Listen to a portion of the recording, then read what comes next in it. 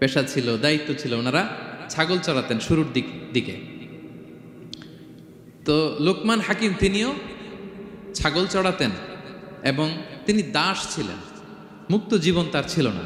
তিনি একজন মনিবের আন্ডারে তার ছাগলগুলো মরুভূমিতে যেয়ে কি করতেন? চড়াতেন।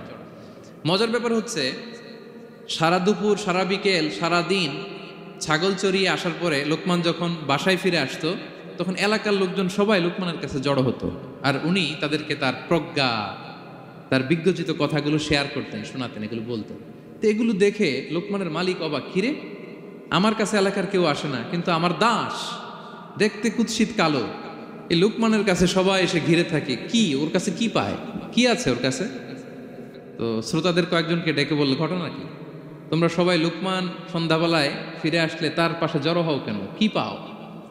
তো তারা বলল, আপনার দাস লোকমান, এটা সে সাধারণ কোনো মানুষ নয়, সে অসাধারণ মানুষ। সে এমন কথা বলে, এগুলো শুনলে জীবন পাল্টে যায়।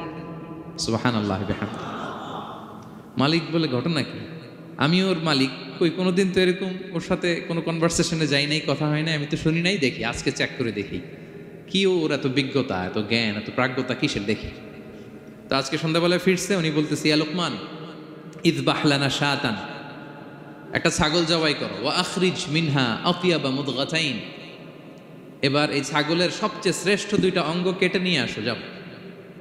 ফাআখরাজাল লিসান ওয়াল কলব, লোকমান যে ছাগল জবাই করে, ছাগলের জিহ্বাটা আর কলব, হার্ট, এই দুইটা কেটে নিয়ে আসছে, বলছে এই দুইটা শ্রেষ্ঠ। বলছে আচ্ছা ঠিক আছে।